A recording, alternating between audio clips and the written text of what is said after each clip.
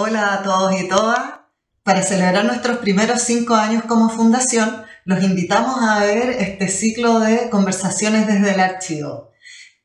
Los directores de la fundación nos invitarán a conversar sobre temas de la obra de Alberto Cruz, su obra arquitectónica, artística, docente, creativa, desde distintas perspectivas y disciplinas. Hoy tenemos a nuestro director y arquitecto Tomás Brown, quien invita a Carlos Cousiño, doctor en Sociología por la Universidad de Erlangen-Nuremberg y autor de numerosas publicaciones centradas en Latinoamérica. La conversación estará centrada en la obra de Alberto Cruz desde el punto de vista de las ciencias sociales. Espero que les guste y muchas gracias. Yo te quería convidar a mirar los cuadernos para iniciar la conversación, para que tuviéramos como la materia que nos convoca adelante, y a lo mejor aquí podemos ir viendo cómo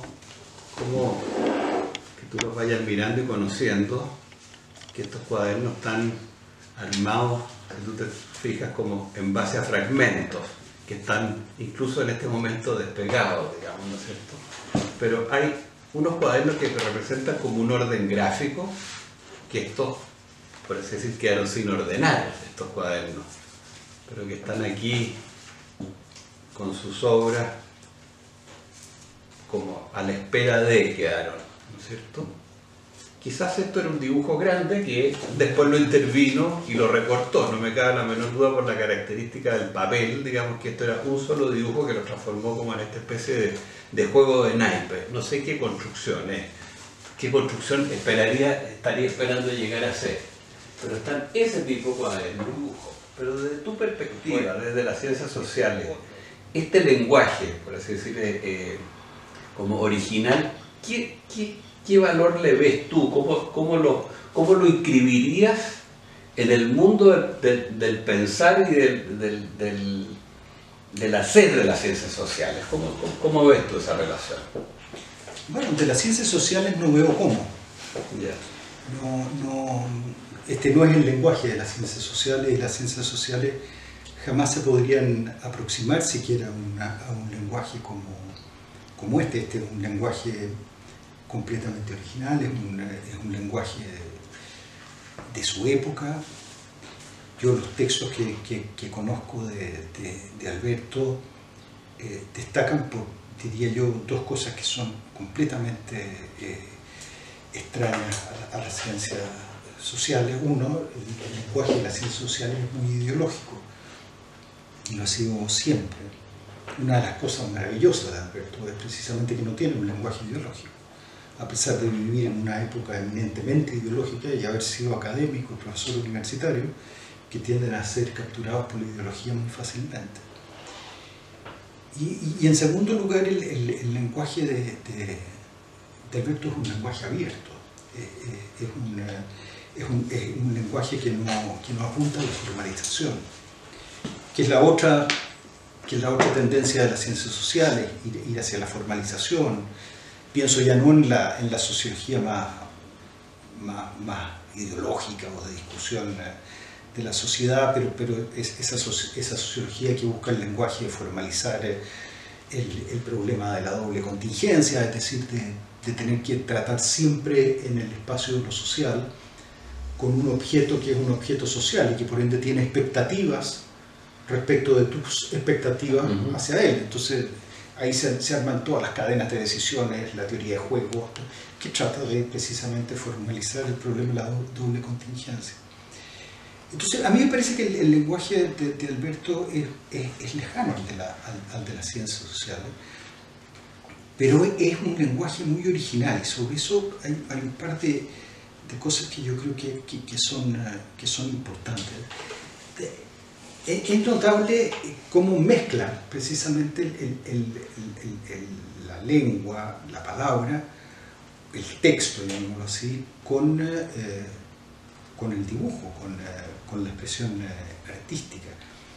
Y eso es algo bastante nuevo. Uno podría imaginarse, no sé, los dibujos del hombre de Vitruvio, que claro, es un dibujo que tiene anotaciones de Leonardo, ¿no es cierto? Claro. Pero no es el caso de esto, ¿ya? Porque las anotaciones esas están totalmente apuntadas hacia lo que expresa el dibujo. En cambio aquí hay como yo diría una cosa que está más cerca de las epifanías de Joyce, que Joyce anotaba como lo que de repente veía, como que se le manifestaba algo, ¿ya? Y lo escribía, y eso aparecía, dicen los expertos, posteriormente en su obra. Y a mí me da la impresión de que aquí pasa como algo parecido, que le pone a la obra algo que se le apareció en algún momento. Y en ese sentido a mí me parece que lo más atractivo de esto es la radical modernidad que tiene este lenguaje. Es de una modernidad fascinante tanto en el arte como, qué sé yo, la experiencia que uno puede pensar en Kandinsky aquí, como en estas ideas de las epifanías joycianas, que son prácticamente de la misma época. Oye, ¿y no te parece que en esto que tú dices que es totalmente ajeno a las ciencias sociales, pero lo pregunto, digamos, que hay una distancia entre el texto escrito, digamos, ¿no es cierto?, y lo que está dibujado? O sea, no hay una no concordancia, por decirte lo que tú ponías como el caso del ejemplo del hombre de Vitruvio, ¿no es cierto?, que está, ¿cómo se llama? El texto está referido a la imagen, digamos, es como una descripción de la imagen, por así decirlo, ¿no es cierto? En este caso no es descripción de la imagen. ¿Y no te parece que en esa distancia que existe entre este dibujo, por así decirlo, o aquí en este mismo cuaderno que estamos mirando acá, en esta forma de escribir y de anotar, digamos, ¿no es cierto?, que hay varios textos de varios temas distintos, digamos, que concurren. En esa distancia entre ellos, llámese entre texto y texto, porque uno trata de, por ejemplo, de un tema de una observación del espacio y el otro puede tratar de una cosa histórica, digamos, ¿no es cierto? O acá, entre este texto de acá, que habla, por ejemplo, de la ¿cómo se llama?, de la historia social, y uno diría, bueno, ¿qué tiene de historia social este dibujo? Nada, digamos, ¿no es cierto?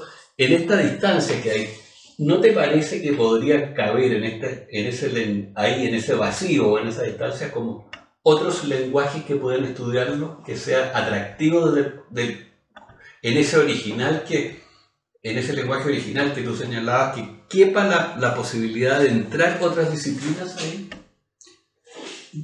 Disciplinas científicas no creo. Ya. La ciencia es completamente ajena a este tema. Yeah. O sea, si hay algo lejano en la ciencia, para mí es Alberto. Yeah. Naturalmente que el lenguaje de Alberto, el lenguaje más cercano es el de la poesía, no el de la ciencia. Seguir un texto de Alberto es lo más lejano de leer un paper científico que uno pudiera imaginarse. Claro.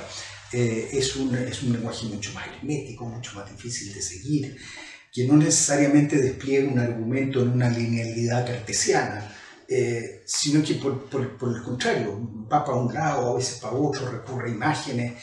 Entonces no me parece que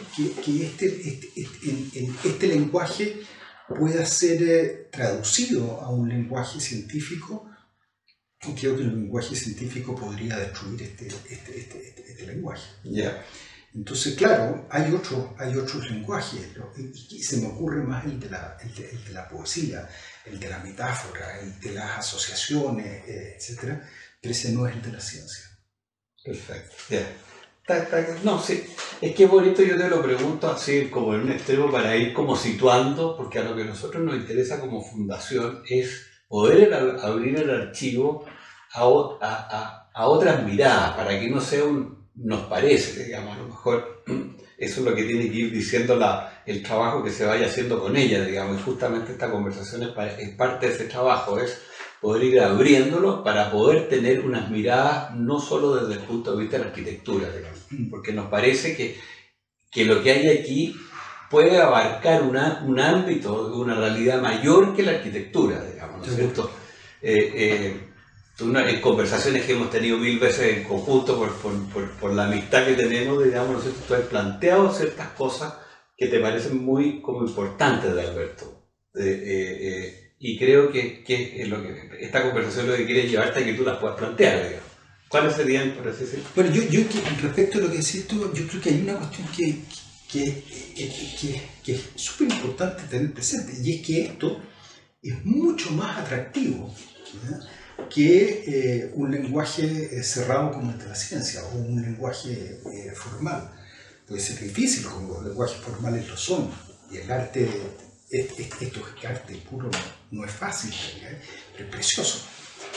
Y eso es mucho más atractivo, mucho más convocador, invita mucho más que tratar de traer otro lenguaje, ya sea a formalizar o a estudiar o a traducirlo a la obra de Alberto. Yo creo que esta obra invita, convoca, precisamente por su estilo, ¿ya? Que es muy bonito, que es muy desafiante muchas veces en lo que uno lee de los textos de Alberto al margen de esto. Entonces yo creo que como fundación ustedes tienen aquí verdaderamente un tesoro en términos de convocar, de invitar a gente a verlo. Lo que sí se me ocurre es que debe ser difícil ver esto, ¿ya? Claro. ¿Cómo ponerlo a disposición para que se pueda ver, apreciar? No es fácil, tampoco es fácil reproducirlo, ¿ya? Entonces yo creo que los desafíos que tienen en ese sentido son mayores a la de que este sea un lenguaje original extraordinariamente convocador, que yo estoy seguro que lo es. Ya. Oye, y para ir cerrando un poco el tema, de otra cosa que creo que a ti te interesa, que me lo has comentado en otros momentos, es una cosa de lo que se llama el ante la obra y el dentro de la obra en arquitectura, porque eso es bastante evidente. Aquí en este momento estamos dentro de un edificio, digamos, y cuando el auto está afuera estacionado, está ante el edificio, ¿no es cierto? Pero tú eso lo asocias también como a una condición, por así decir, como de donde se sitúa para pensar, por así decir, como una manera de pensar propiamente de él. Y te quiero leer una parte de un texto que está en la presentación del libro Don Arquitectura, que dice lo siguiente: la forma celebrante del acto participante ha sido anticipada en el acto de habitar, en que el hombre está dentro y al par ante sí. Es una estancia dentro de su hueco, de su vacío, y ante lo lleno de sus muros con sus puertas y ventanas, o dentro de una calle y ante las fachadas de las edificaciones. Ante y dentro son por tanto heterogéneos. El arte de la arquitectura es alcanzar su heterogénea unidad.